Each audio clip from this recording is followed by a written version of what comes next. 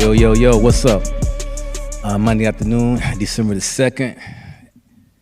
Trying to bring y'all this special episode today, Family Ties, part 2 with my cousin, K9 Extraordinaire trainer, probably one of the best this side of the Mississippi. I watched him do some work at his iron wheel competition. That's correct? Yes. Iron wheel? Mm-hmm. Iron and wheel, or is it iron wheel? Iron wheel. Iron wheel competition. Yeah. That's where he has a bunch of people that bring their dogs out, and they participate in some drills of how to protect and their masters. Atown podcast viewers, please welcome my cousin Charlie Randolph. Appreciate it. Glad to be here. Cause, oh man, it's a pleasure. We hadn't spoken in a while. Yep. It's been a while. Life been lifing. Yeah, for sure. Doing business and things of that nature. And I want to tell you right now, I'm very, very proud of you though. I appreciate it. So many of our family members, college graduates, they doing great things. Yeah. Some of them don't have college degrees. Yeah. But they're still doing great things out here, being entrepreneurs. Getting how they feel. You know what I'm saying? Yeah. And I'm really, really proud of us, our family, and everybody out there. If you out here getting it and doing what you're supposed to do, then I'm proud of you also. You know what I'm saying? You feel me? But today, special moment today, man. I really want you to bring. Well, we get to that in a minute. I want you to come on the show and talk about what it is that you do to do what you do. You know what I'm saying? Yeah. So how do you get into this K9 training? Well, first I'm the owner-operator of Homeland K9 International, and I've been in business since 1992. There you go. So that's 30-plus years. 30-plus. So we're still trying to grind at it, get better every day. Mm-hmm. So I learned in the Marine Corps. Right. So salute. What happened was I actually graduated high school early, and took off to boot camp and all that nature. So because I wasn't 18 at the time when I graduated, they didn't have a job for me. Like I didn't have a permanent job. Okay. So they was like, hey, down in Beaufort, there was a kennel master down there. It's like, hey, basically, you can stay down here and you can clean kennels. Okay. Until you know what I'm saying? Until you old enough. You know what I mean? Right. I just wanted to be a Marine at the time. You know what I'm saying? Marine, right. So I was like, oh, okay, well, being around dogs is cool because I don't know if you know this. I don't know if I ever told you this, but the thing that got me hooked on dogs as a kid was your daddy and them Dobermans. Yeah. Hooked. I was like, as bad as them dogs was, they used to get on me all the time about being like right next to the fence. All the time. I was not afraid of his dogs at all. Right. And they were super, super nice back in the day. Like super working dogs. But I was like, you might as well have hypnotized me with them, bro. Like that's how much I was on them. Yeah. So after that, I mean, I'm a little kid. I'm, elementary. Yeah, you know what I mean? Yeah. And I knew then, like, somehow, some way, I didn't know necessarily, I'm not going to say I knew then I was going to be a dog trainer, have a business, but I knew dogs was going to be a part of my life, like working dogs. You know what I mean? Yeah. Because I was mesmerized, not by just the dogs, but how your dad was like, how he was training them. And you know what I mean? So that was a thing for me. I was like, oh, I love that. So from that point on, I was all in.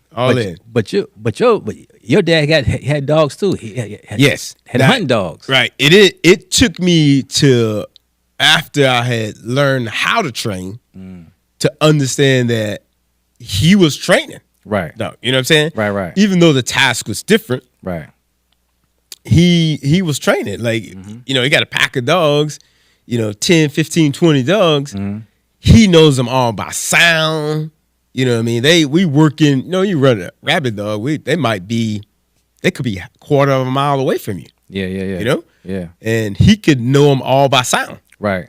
You know, Yeah. and that's no leashes, no collars, no training. You know what I'm saying? Right. Just the bond and the time he spent with him in the training. Right. So, but again, as a little kid, I couldn't understand that. But when I became an adult and learned to train, then I was like, okay, yeah, There it was. yeah, like my dad could train. Your dad could train, and they never had no formal training. You know what I'm saying? They just knew their dogs. Yes. Yeah. Yes. Absolutely. Because I want you to bring a dog with you today because I want you to let the dog attack me. Okay. You know what I'm saying? Yeah, so hit me, baby. yeah, Hit me one time. Yeah, no, ain't no worries. Like if I would have knew a little earlier, we could definitely brought a dog in a handler, no problem. That's my fault, y'all. But I didn't let him know in time because he has a business and the dogs are all over the world. Yeah. But I wanted us to go to the footage of you training. Okay. And if we could do that for us one time, go to the footage of you training. Yeah, Give people an idea of what it is that you actually do.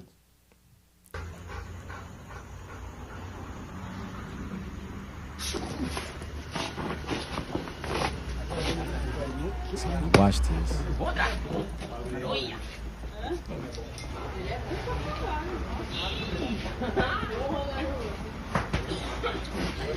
See what that dog got you like that. Pressure. Without this, look, you go to the hospital. Like, this is automatic. You know what I mean? Breaking bones, no problem. Just destroying fish.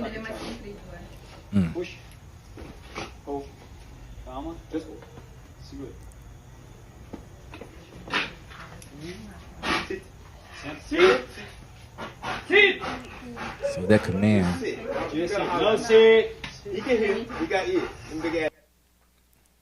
Okay, so y'all got an idea what it is that he does. He's a dog whisperer for real. So cause we talk about this when the footage was being shown, when the dog has locked in on you, the pressure is crazy in it. Oh yeah. You feel that pressure through the dog? Oh yeah. Through the suit? Oh yeah. This is like I tell my new decoys that I'm training in my schools, like if you don't like physical contact, this is not the job for you. You know what I mean? Right. Like it's part of it. So you got some. Okay, hold on. Back up now. You got people that you're training to be decoys All over the world. So you mean tell me it's some people out there who don't mind getting bit by a damn dog? Yeah. Come on, cuz. Yeah, it's part of the job. You know what I'm saying? Part of the job. Yeah, it's okay. So what we do is we do apprehension, we do detection, whether it be narcotics, explosive, human remains, you name it. We do all sort of scent discrimination. We do executive and personal protection dogs. So it's a wide variety of that. And we also train handlers from start to finish. And part of that is we have a train the trainers course where I train trainers. We have a school for that. Okay. So, we go, it's truly international. Like we've trained on every continent besides Antarctica. You know what I mean? Like, yeah, too cold up there, cuz. Yeah. Too damn cold up there. I can't do it. I know it. You be training Eskimos up there. Eskimos to train some dogs. That's about all you can be doing. Yeah, for real. Yeah. But it's definitely a thing of that. If you don't, like, as far as the decoy portion, if you're not cool with contact, this is definitely not a thing for you. Because I saw you at your Iron Wheel competition up in Townville a couple years ago. And the dog that really amazed me was this, it was a pit bull. Mm-hmm. And he went to work. Yeah, listen, those people, those handlers spend like countless hours training those dogs. Like you talking, if I took we started training a puppy at 8 weeks old. And the average time it takes is 3 to 3.5 years. And it's a tremendous amount of effort and resiliency to get to that point. And so you have to put the time in.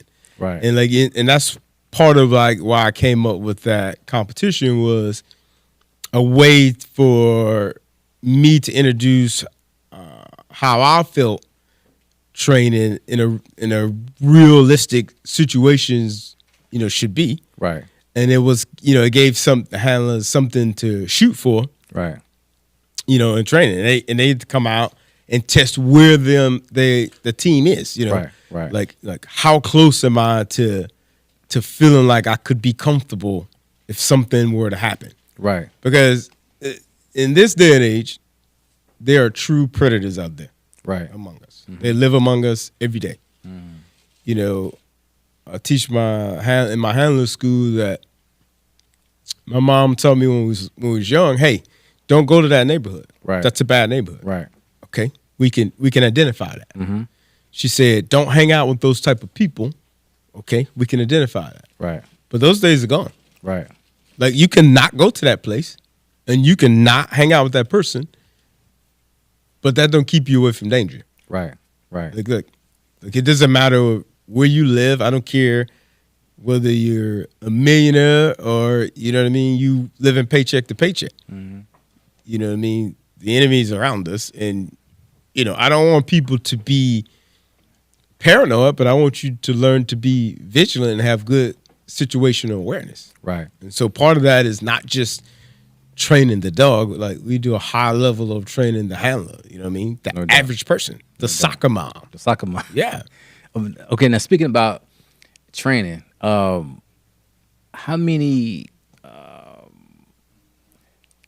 canine? Well, how many dogs have you trained for celebrities or people that are famous people? Oh man, probably in the hundreds for sure. Right. Because when I first got out of the Corps, I decided, hey, I'm gonna try to like do this on my own. I'm gonna leave the military life behind because I enjoy the Marine Corps, but I just didn't enjoy the time away from home, and it could be different now. But when I was in, it's basically poverty. Right. You know what I mean? Like it was the checks was smaller than motherfucker. The checks was little. I'm telling you, like it's like you out there and you're doing these things and you're away from home and you trying to hope you got enough money to pay your rent. Yeah. Back then. Yeah. Yeah. Back then. So like I felt like I can do that by myself. You know what I'm saying? If that's all I'm gonna do, I can do that by myself. No doubt. And not be away from home for 7, 8, 9, 13 months at a time. And so that was my goal. Correct. So when I first got out, I had a guy that was really successful in the civilian part, and he really taught me how to like deal with civilian clients because I had never done that. I've only worked with military working dogs, and, right? Personal protection dogs. But to deal with the client, which ultimately is writing your check, right? So, and this particular person that's all he dealt with was superstars. Okay. Right? He was a trainer for the stars. Trainer for the stars. And I'm talking about the who's who is, from Mike Tyson to Ric Flair to, Keisha Cole to, Monica, you name it. So you didn't train canines and all those people. Yeah. So it's like, and again, like I enjoyed it. Like I treated them like everybody else. The only thing I didn't really enjoy with that was some of them felt like, because they paying you and they used to, when you get a certain celebrity status, they're used to getting things given to them and treated a certain way. Kind of way, yeah. Right? Yeah. But I was a military man. You know what I mean? Yeah. So for us, everybody was the same. Right. So I treated them the same. Right. I felt like if I'm doing the job and I'm doing a good job, I get paid. Right? But it didn't, like, you can't, if you call me after hours, okay, I might pick up and I might not. Right. But I work with you, not for you. You know what I'm saying? Gotcha. And so, what's your worst experience? Well, I won't say worst, but give me an example of an experience that you had, say on a video set, whatever, that you may not have been so enjoyable or enjoyed it to that point. Yeah, it's probably quite a few, but there was I ain't gonna name her names, but she was a singer, and like, so I was working with one of the dogs. I was actually boarding the dog as well, Okay. training it at my house. Okay. And so they decide all of a sudden that like they want her dog in this video shoot, but they're shooting in Chicago. Like, and they call me and want me to be with the dog in Chicago the next day. Like, drop everything you're doing. And get to Chicago. Right. You and the dog. But you're not my only client. Right. You know what I mean? Yeah. So it was kind of those kind of things that, Gotcha. like, yeah, they pay well, but at what cost? Right. You know what I mean? Yeah. So I wasn't really comfortable with some of them were no problem. You know what I mean? They were really good to work with, and some of them still are. But I like personally, like, I like the person that really had to work for I shouldn't say it like that, because even entertainers have to work for their money. But they may not have as much money, disposable money, right? Right. So the money that they have and use, like they need to count. They can't really take a lot of losses, if that makes sense. Right. Like I said, cliche about the soccer mom. Well, the soccer mom, her and her husband work hard for their money, Right. right? And they got kids, and they need, they want something to help protect their kids when she's out and about and he's at work, and like those are the clients that I enjoy working with. Like, how much money you make is irrelevant. It's relevant. Right. You know what I mean? Right. I've had people like purchase dogs for me that I know like definitely didn't have it. You know what I mean? Like, They wanted that dog for Like, protection or for their yeah, family. like right now. they, I Security. mean, they really had to rub them two nickels together Right. to make this happen. Right. But like, take care of the dog, super nice. Like, the training that they, we give them, they listening, they engage. And then you have people that sometimes too that make millions and millions of dollars and don't take care of nothing. Right. So, Gotcha. I try to just really like deal with people accordingly. And like, if my clients are into it, I give them everything. Right. You know what I mean? I'm in it with you. Right. You know, That's what's up. I tell them, I train your dog like it's protecting my family. Right. There you go. So I like that. like that's the last thing I want to do is look up on the news and you and your family in a bad situation. Right. Because I didn't do something right, or you know what I mean. So it's not a game to me. Okay. So how did your idea come about, the Iron Wheel competition? I mean, how did it come about? So actually, I had a friend of mine that was really, he was like, "Hey man, you should really, use it as a way to like get your philosophy and training out to people, Okay. Well, because people train differently all over. You know what I mean? I was about to ask you about that. So your philosophy of training, is that based on your research that you've done over the years? You were training dogs, and you have your own philosophy, your own kind of Yeah. So training technique. yeah. So for me personally, is things that I saw personally and dealt with personally in the military, things I've seen and dealt with personally in the civilian world, and but you gotta mix that and make that into a program that the average person can engage in and buy into. You see what I'm saying? Because they have lives, like I said, like they got kids, husband, wife, jobs, and for the most part, like, your client will never be the dog person I am. Right. You see what I'm saying? Gotcha. Like, and that's okay. But what you got to do is you got to get them to understand where they are, where their dog is, where they are as a team, and how can I use this to be effective. Right. You know what I mean? So like, if you have a person that's really into firearms, right? If you carry a 9mm pistol, you got to know how to use it. You know what I mean? If you carry a .22, you got to know how to use that too. Right. both of them can be lethal. Right. But you don't carry a 22 thinking you got a 357. No doubt. Right? You know exactly what you have. Right? So if you feel comfortable and still carrying it, you got to learn how to use it. Right. So it's the same thing with us, right? Like we train your dog to a certain level, right? But then I have to teach you as a handler and as a team, now how do I put this dog in position to be successful? Right? You know what I mean? That's great. So let me ask you a question. Your commands, are those commands, the commands that you use to make a dog sit or attack or whatever, are those commands, are commands like universal commands, or are there something that you just develop your own, your own kind of? Like, so when you're training a dog, like he doesn't know words. At all. Wait.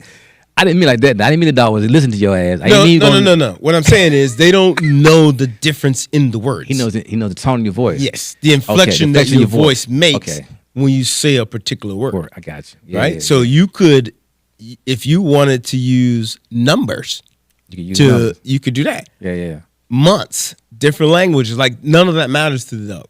All he hears is the inflection of your voice when you say that particular thing. Right, and then you're asking for that particular action, and you combine them. So, I readily, allow handlers to do and make commands because they're the ones gonna have to do it. Right. So, in the time of crisis, you can't be all cute and coming up with all this. You have to have something that you're gonna readily be able to remember and roll off your tongue, and you know what I mean. Yeah. So, simple is the best. Yeah. Right? Keep it simple. Okay. You know what I mean? Yeah. And dogs, they have no problem with that. Okay. If I did that right there, if I had a dog, I train my dog by my baby mama names. You know what I'm saying? That's how I train them. I mean, you could. I tell you know what I'm saying? You feel me? And each baby mama names, it'd be some different kind of command. Attack, bite ass, you can something do anything. Like, because the dog, it doesn't really matter. Like, it's the inflection of your voice. Yeah. When you say that particular word, match with whatever the action is you're training them to do. Right. So, but yeah, it's again, like from a situational awareness part, you want something that your handlers are comfortable using. Because in time of crisis, whatever you do most is what you're going to do. Whether that's the right thing or the wrong thing, whatever it is, you do most. Do it. Yeah, what you do most. That's what you're going to do. You're not going to all of a sudden do the right thing and you've been practicing it wrong all the time. Right. Right. Oh, people say, practice makes perfect. How? If you practicing wrong, you can practice to eternity, and you still ain't gonna get it right. That's true. The only chance you have is being perfect is have perfect practice. So I have a motto. I said, when you don't say no to a dog, you're saying yes. So when we allow them to do and things that we don't want, and we don't really correct that, we're allowing it. A dog, dog is basically a product of what you allow. Okay, here's a hypothetical question. Say you walk down the street. So now you driving down the street. You driving down the boulevard, or you on South Main Street, whatever. And you see this dog walking the street. He could just be like a regular little dog. Yeah, scraggly, hungry, need something to eat. Could that dog be trained to be a killer? Or I didn't say a killer, but to be a protector? Possibly. I learned a long time ago, like you can't judge a book by its cover. Like now, genetically speaking, we have bred dogs to be predisposed to certain jobs. Really? Yes. For hundreds of years. I didn't. Oh well, okay, for that particular reason, yeah. But I mean, like, do you breed dogs, or you have dogs bred for protection purposes? Yes. You do? Absolutely. I didn't know that shit, cuz. I didn't know that. Okay. So we breed dogs for specific tasks. Now, it's kind of like, if you think about it, it's kind of like thoroughbred horse racing. That's my language. That's my thing right there. Okay? Horse racing. So that's me. You don't have to teach a thoroughbred how to run. You got to teach him how to race. My horse, on the other hand, he costs $1 million. Listen, Daddy won the Triple Crown. I get it. Brother did too. My horse ran one time. They retired his ass. We had to retire him. He ran the run. Well, here's the thing. I'm just saying. I'm just giving you an analogy. Well, it's just genetics. Like that just gets you closer to the task, right? It's not a guarantee. Right. You don't guarantee. Right. That's why I say we don't judge a book by its cover. You know? Right. We test and work the dogs in front of us, which, yeah, if we test the dog and it displays the genetic behaviors that we need to train off of, then we can. If we can't, but listen, all dogs will bite. All. That's right. You put them in the right situation, all dogs will bite. That's true. Your grandmama's dog in the backyard will bite somebody. Now, but there's a huge difference between biting and fighting. That's different. You see what I'm saying? To actively want to go out and stop a threat, that's a whole nother level.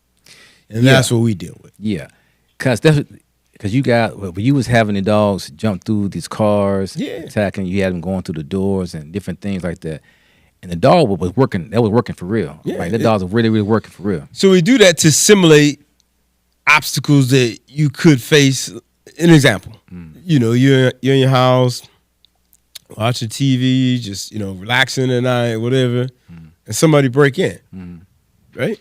So your dog was relaxing too. He not, you know what I'm saying? You're not expecting nothing to go down, right?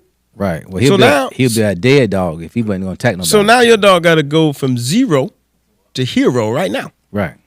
You know what I'm saying? Like you get up and he goes out and he tries to stop the perpetrator at the door.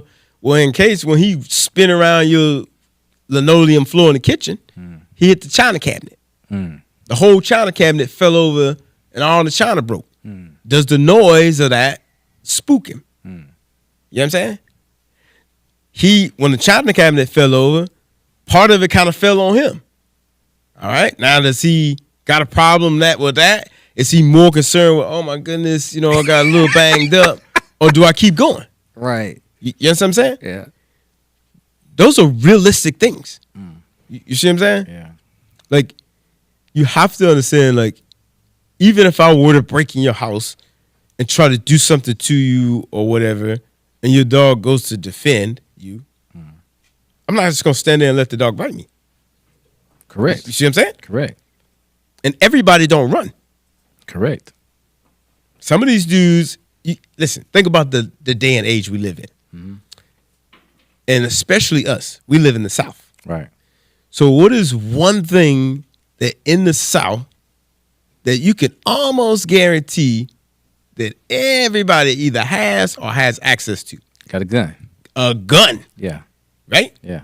So if I'm crazy enough to break into your house down here, knowing that you could have a gun, that tells me that my level of don't care is super high. Super high.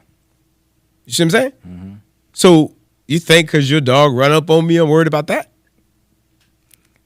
I guess not, but yeah. You see what I'm saying? You got a point. Yeah. So your dog got to be willing to go through hell and high water to protect you. That's where the difference is. You see what I'm saying? I saw that today. I saw that. So them dogs were really working hard. They didn't care what was going on. That's my point. Gunshots and none of that shit. Right. And again, we put those things together to try to simulate, it may not be the exact, I'm not saying it's going to be the exact same thing, but what it can be is a correlation to something. You know what I mean? Multiple surfaces under his feet. Confined space. You say, oh, confined space, what do you mean? Oh, somebody broke in and they're in your storage room. Your storage room is small. Right? It's light out here, dark in your storage room. Right. Right? So now you got light deprivation. Is he okay working in the dark? If I feed his ass, he better be okay working anywhere. Right, but you gotta know that you know that you know. Sam's Club, Walmart, anywhere. He better be at working. But that's not a thing of, oh, you trained him, he just automatically gonna be able to do that. Yeah. No, we got to get out there and do that. Yeah. Right? You know what I'm saying? Yeah. We don't leave it for the chance for the unknown. I don't want to do that. Yeah. Because the one thing you don't try to account for when you need it is the thing he struggled with. Who wants to know he got a problem when somebody try to do something to you? Yeah. You got a point, See what I'm saying? You got a point. So that's definitely not how we want to do it. So go back one time. You said, let's go back to your business. Mm-hmm. Your business, you have dogs all around the world working right now. Yeah, so we also are government contractors. That's so major. we Big, bid man. on, and not just the U.S. government. So we bid on contracts for NATO and some non-NATO countries. It could be the gamut is large. It could be garden pipeline. It could be on tankers. It could be residential security jobs for like rural families. Right. So we bid on all that. And if you win those jobs, you gotta have put teams in place immediately.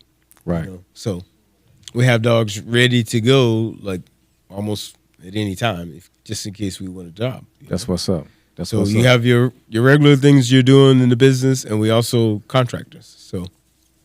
So I remember back a few years ago, a canine that you had trained, Heiko. Yeah, I worked with him more than a few times. Yeah. That dog was killed in the line of service. Yeah. And when I saw the dog's name, and I remember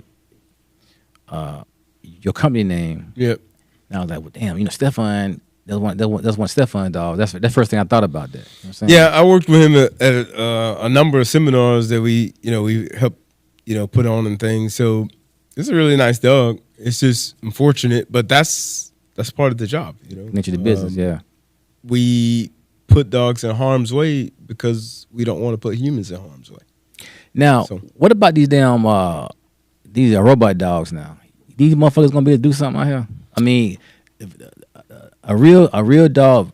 Not saying versus the robot dog, but as far as them being able to detect, protect, you know what I'm saying, that kind of line. I would be remiss if I said, "Oh, never." Like I learned a long time ago, never say never. But what I can tell you is it's going to be really, really hard to replace the bond part, right? If somebody does the work and really spends the time, building the bond with the dog,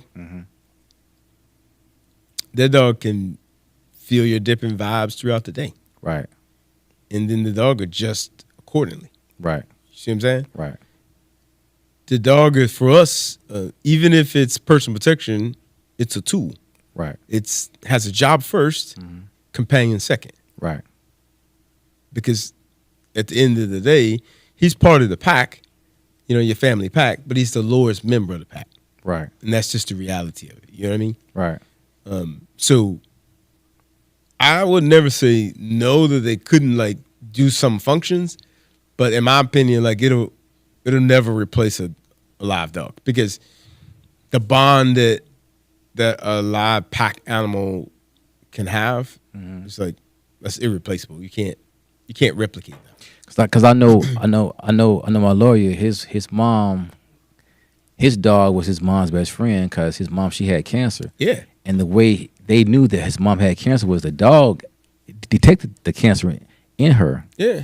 And when they found that out, they were able to take her to the hospital, listen, and everything like that. I'm telling you, they are in tune with your rhythms. Yeah. Your life rhythms. And so dogs communicate to us constantly. Right. It's up to you to learn how to read his language. He can't read yours. Right.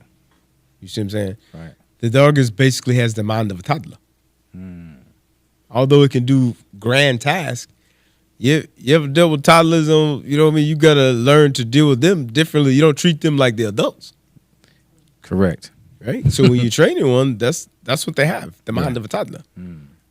So you have to put things in terms that they can understand, and, you have to be able to read their body language, because they can't come out and tell you, hey, I'm having a bad day today. Don't push me too far. You know what I mean? Like, so you have to be able to read that because they can read us.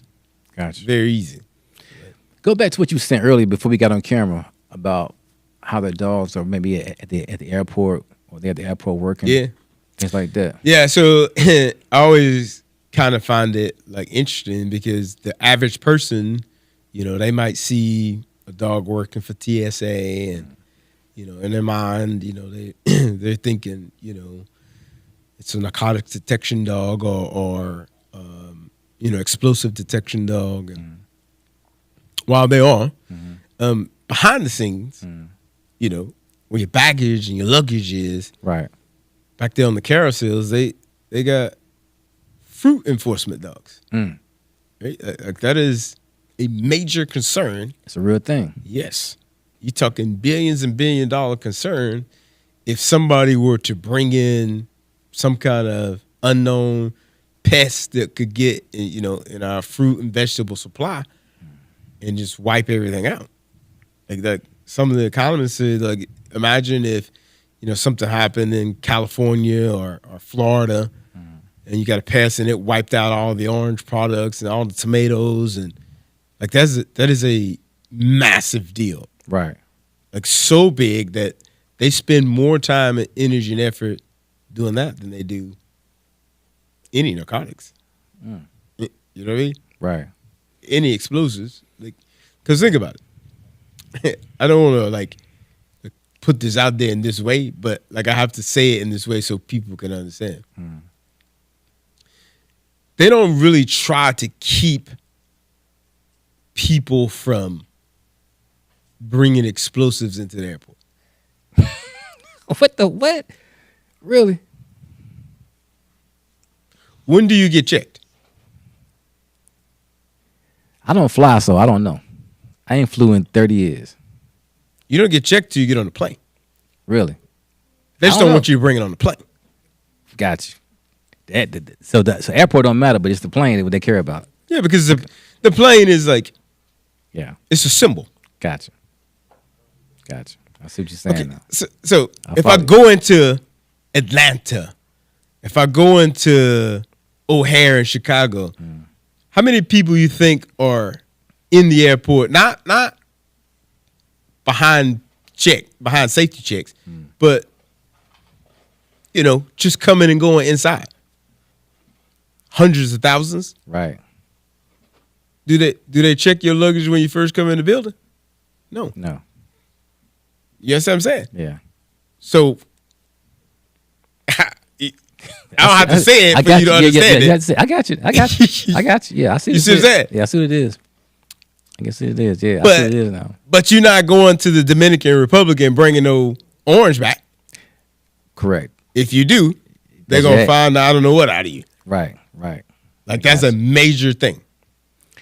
I was in Waffle House this morning. This might be off the line, but I was in Waffle House this morning, and somebody should have had a dog in that motherfucker. It was about 4 roaches in that motherfucker. Cause on the table, on the ceiling, roaches every damn well. Somebody need to bring a can out of that motherfucker this morning, cause I swear. Yeah. Oh, I ain't lying. You don't need one if you saw him yourself. Yeah, I saw him though, cuz. Yeah, I saw him though. You don't need no detection on that. They're right there. 4 of them in there on the table, on the wall, on the ceiling, everywhere. Roaches running around. Yeah, it was in there for real though. I ain't gonna lie. I was in there. You know, you brought that up. Like bed bugs, we do bed bug detection. That's a big deal. Speaking of bed bugs, I saw 4 of them motherfuckers in Waffle House too. 4 of them on the cup. Listen, There were 4 bed bugs and 4 roaches in there. Cause I ain't gonna lie. I'm gonna tell you, that's a big deal because you know when a person really thinks about that in their mind, they're thinking about hotels, right? Mm-hmm. Yeah, but you can, from a hotel standpoint, you can just check out and don't worry about it. You know what I'm saying? Say I don't refuse to stay in that room or whatever, right? Imagine you get an infestation in like a nursing home. Where you gonna put them people at? Now you got the Department of Health and Services in your business too. What about college dorms? You pay $100,000 for your kid to go to school and they get bed bugs in the dorms. Mm. Like, where would you put those people? Yes. Absolutely. Absolutely. A dog can smell a bed bug. That is a big deal. So, like your sister's in the real estate. Mm-hmm. Yeah. Yeah. All right. So, so say you're renting a house. All right. Your lease is up. You moving on. Right. So, we come in, we check the house, give it the seal of approval, no bed bugs. So, when a new tenant comes in and they were to leave and they got problems, they're responsible. Gotcha. Because in order for you to handle an infestation, you're talking $7, $8, up to $10,000. Wow. You see what I'm saying? So, that's a huge deal. That's a cost to cost. Yeah. So I don't know, but how did this? I'm gonna give you an example. This is a true scenario that happened to me. Me and my homeboy Lane McCoppin, we were. This is back in the day. We was hustling, and so Mooney pulled us over, had me at gunpoint, had a gun in my head, whatever. And Lane had the dope in the car. Excuse me, he had the in the car. Yeah.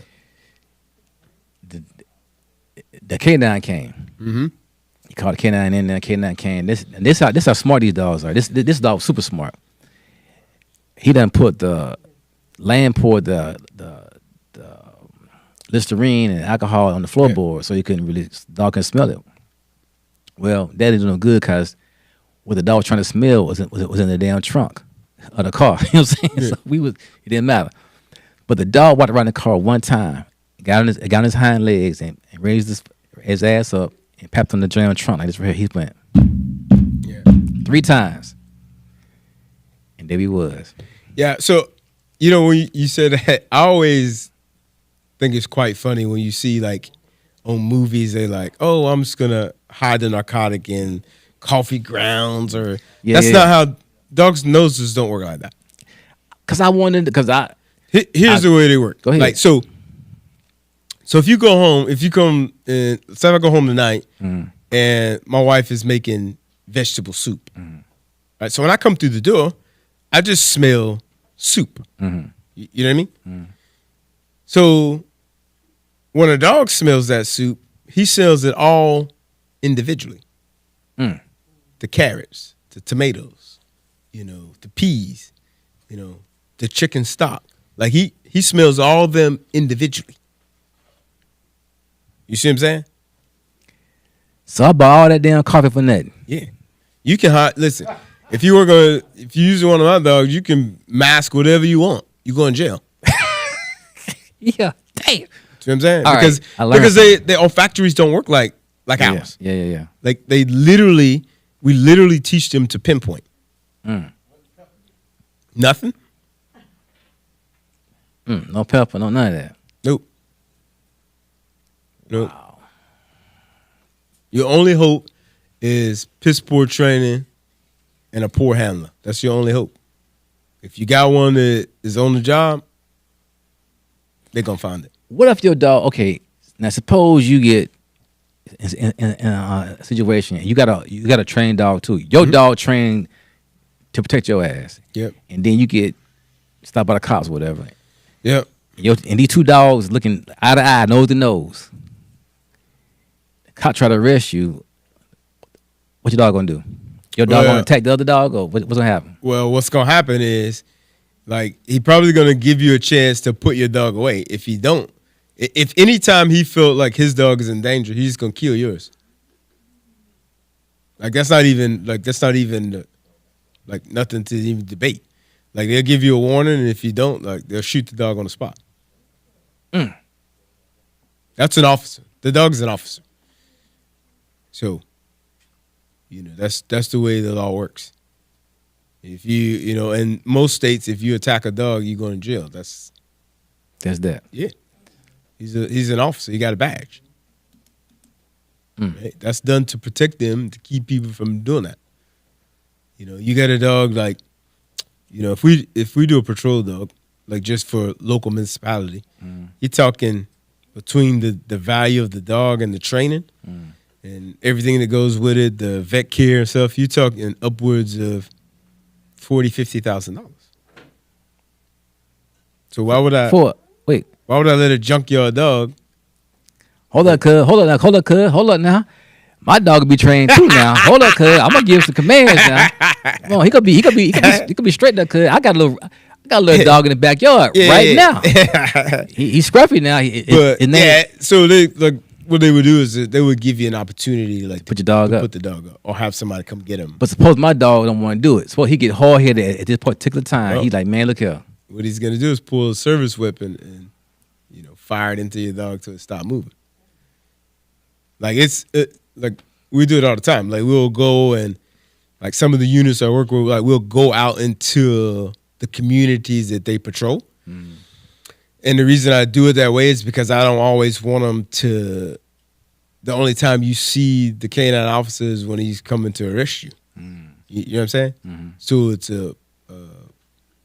a public image thing too. Right. So we would like go out into the community that they work with and walk the dogs and speak to the community and tell them, hey, we're not here to if you're not doing nothing wrong, we're not. You know what I'm saying? We're here to protect you.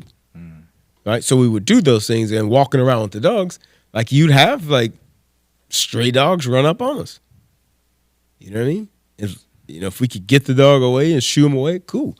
If not, like if it wanted to attack the handler or the dog, they would shoot him. Like you have to protect them. It's no different than me and you going somewhere and I let something happen to you. You know what I mean? Yeah, I got you. So it's the same kind of concept for them.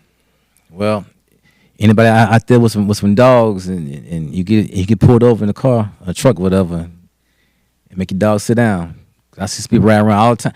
What's up with these dogs riding around in the front seat driving cars? I don't understand this shit, cuz. What do you mean? Like riding in the front seat? Riding in the front seat, holding the steering wheel, looking the window. What's going on with that? I don't understand how that shit gonna pass. How that shit pass? That should be illegal. That should be a law against that shit for real. Damn dog turned in front of me the other day. Dog turned in front of me the other day and shit didn't want to stop. Dog kept on going. Come on, cuz. I mean that ain't right. That ain't legal, cuz. That ain't legal. Yeah, the dog driving. Listen. Come on, now. That ain't right, cuz.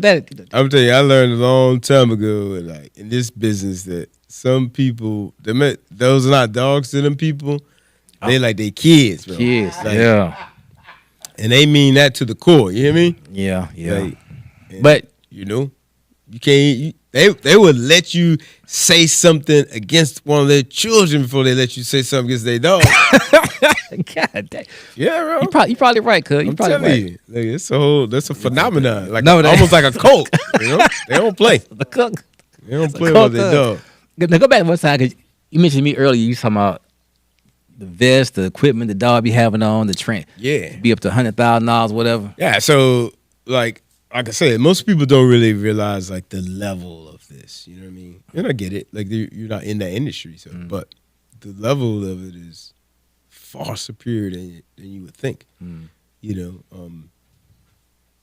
Just last year I worked with an international special forces team, and it's like just the gear alone for the dogs, not the dog, not the value of the dog, but just the gear alone was well into the hundreds of thousands of dollars. Well into it. Voice recognition systems, bullet and stab proof vest, and just like the finest of the finest. Like, you know what I mean? Everything that's like things that are not on the market. Like they will never be sold to the average person. Because that technology, you know what I mean? They don't want that technology to get out. And like I'm telling you, it is a real thing. So those dogs, they be working the natural disasters like the earthquakes, and landslides. Yeah, so actually FEMA. I actually got 2 dogs that I bred on a national FEMA team. Okay. Yeah. So you got 2 dogs out here working FEMA. Yeah. They writing checks too, 'Cause I ain't get my FEMA check. Cause I don't know about the checks part. I don't know about that part. FEMA check out. I didn't even put that on my list. That's your government right there. Contact. You have to deal FEMA. with them. Contact FEMA about my check. Okay, now that's major. Cause so on the map, on the world, you got dogs in South America. Yeah. You got dogs in Africa. Yeah. What about in Europe? Oh yeah. It does Europe too. Yeah, we go like there's not a continent that outside of Antarctica that I've never been on. Oh yeah, you did say that. You did say that.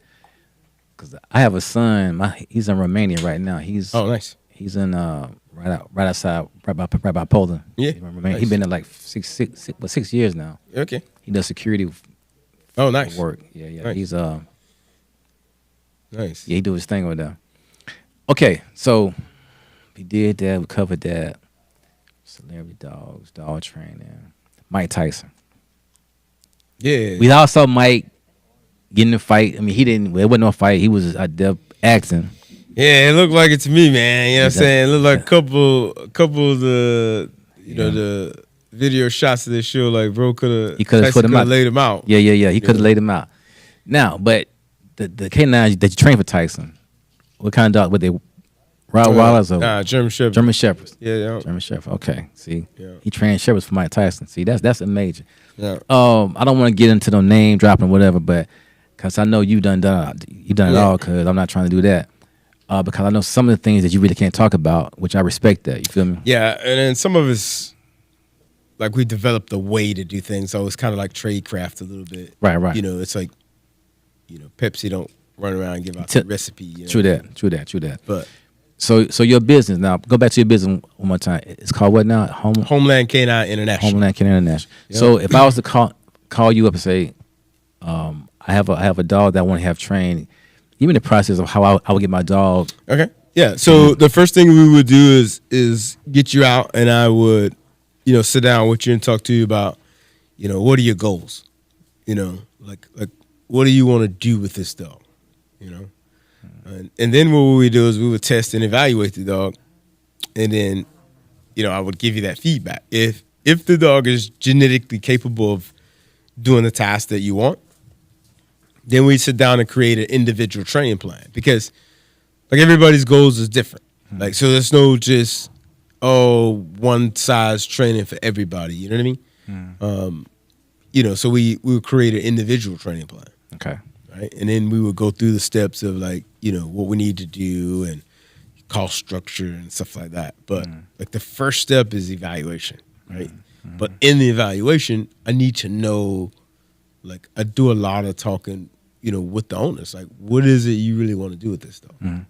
Right? You know what I mean? Like, whether that be personal protection, law enforcement, military working dogs, like, it's the same. Like, we have the same conversation. Like, right. What's the task? Right. What's the end goal for this particular dog? Because the biggest thing is right dog, right person. Correct. Because you might want the dog to do this particular task, but this particular dog may not be able to do that. Got you. Right? So got you. I always try to encourage people to decide on the goal first. And then I will help you find the dog that'll fit that goal. But if I have my own dog, and my dog doesn't measure up, then I have to get rid of him. No, you don't have to. Like I said. Oh wait, he could do something else then. You could do something else, or it could be a companion, whatever. But I have that legitimate conversation with you. Like, listen, this particular dog cannot do that. It's not going to be able to do that task that you want. I have that dog drive the car then. Okay. You know what I'm saying? He'll be driving the car. You gonna pick the house. He'll drive the car though. Yeah. Because the thing is, like I said, for me this is real. Yeah. It's not a game. Yeah. Right. And the last thing I want you to do is you out there thinking you have something that you don't really have. Right. It's like buying the wrong gun, like you said earlier. So I'm really, really honest with my clients. Like some say even brutally honest. Right. But I always tell them too, it's not personal. I'm not coming from a personal standpoint. It's business. Right. It's not a personal attack on you or your dog or nothing like that. Yeah. Right. Because when you win, I win, we win. No doubt. You see what I'm saying? No doubt. So, like, you're my walking billboard. Right. Right? You and your dog will advertise for me if I do the right things. Correct. You see what I'm saying? Correct. So I want you to be successful. Right? So part of that sometimes is letting you know, listen, in order to be good, it doesn't always look good. Right. You see what I'm saying? Gotcha. Jordan got 6 championships, but we don't sit here rolling off the highlights of all the shots he missed. Correct. Right? On the ones he made. All the times he was in the gym sweating, and where are those videos at? Right. Why don't we play those? Right. You know? Where's the video of him getting cut from his junior high school team? Right. Right? So to be good, it doesn't always look good. Correct. You got to be willing to go through that to get where you want to go. And if you're not, this probably is not the task for you. Right. You know what I mean? Gotcha. Okay. So, all right, we did that. In the Marine Corps, so what was your job besides at the dog kennel? What was your job in the Marine Corps? Yeah, so I started off just, like I said, just cleaning kennels, right? Mm-hmm. And then they started, I kind of graduated from that. And they would let me kind of like feed more, like they basically was like making me earn it because, again, I didn't have a job, right? I didn't have a training job. So it got to the point where I became old enough to go on the task for a job. And then the kennel master was like, hey, I can probably set it up that you learn OJT for me and you don't have to go. Right.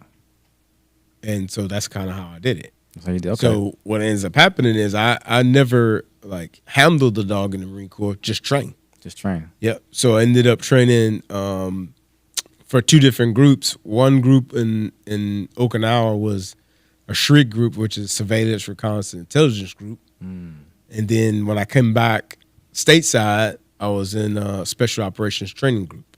Okay. So that's what I did. That's how you did. Yep. That's major, cause see, those look. But again, it wasn't like I just kind of, well, I ain't gonna say because God put it out there. You know what I'm saying? No doubt. But I didn't like set up to where, I did all these wonderful things. That's why I got to do this. He just like kind of really just put it in my hands. You know what I mean? He put the ball in my hands and I just squeezed it tight and ran with it. No doubt. That's You know what's what I mean? up, man. So it was, I always tell people it wasn't like I was this special person or nothing like that to get that special opportunity. Yeah. It just fell in my hands. No doubt. I did what I could with it. You know what I mean? Right. So what's up, cuz? That's the one thing about dogs for me, bro. Like, it has allowed me to go and do and meet people there's no way I ever would have been able to meet. No doubt. No way. What's the biggest dog, size-wise, and breed that you've actually trained? Like, personally hands-on training? Probably the Presa Canario. They're about 110, 120. I love those. Yeah. Because, again, the dog has to be an athlete. Like, you know what I mean? You gotta be able Can to they work, move. though? Because they're so big. Will they work? Oh, yeah. They work? Oh, yeah. They get busy. I don't mean a damn ball. I got some buddies that I've trained with a couple of times, like up in the Washington, D.C. area that's got some. And Yeah. He got some of this. They working now. You got some heat. Yeah. And again, that's a big dog too. Yeah, I know. It's a big I dog want too. either that, because I had a damn shit. What's that dog? It was a puppy.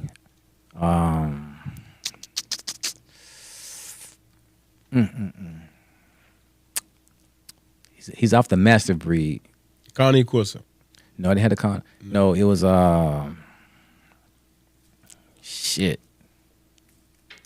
I can't think of what the name was now, but anyway, he was a big puppy, but I didn't want to. I didn't even feel like dealing with that dog. You know what I'm saying? I had his ears done though. Yeah. Had his ears done and everything.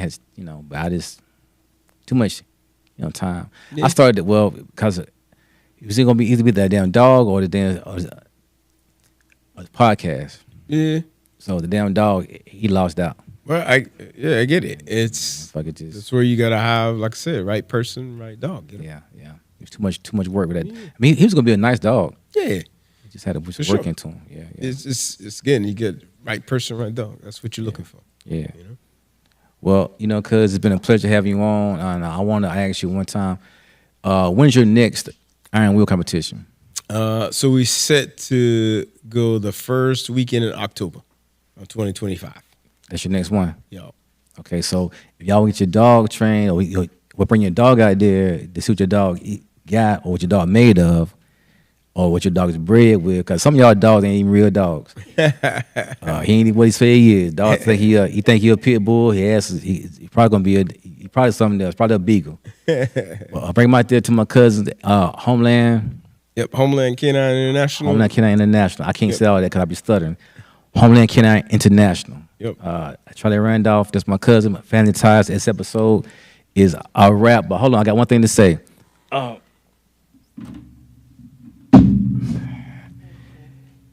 Cam Newton, this your football. You said you're gonna get back in touch with me about your ball player. Come get your ball. Make that phone call. Appreciate you. All right, man. Appreciate you. Pushing 85 on them and we're rolling. I got me swerving on these bitches cause they trolling. If you against me, are you with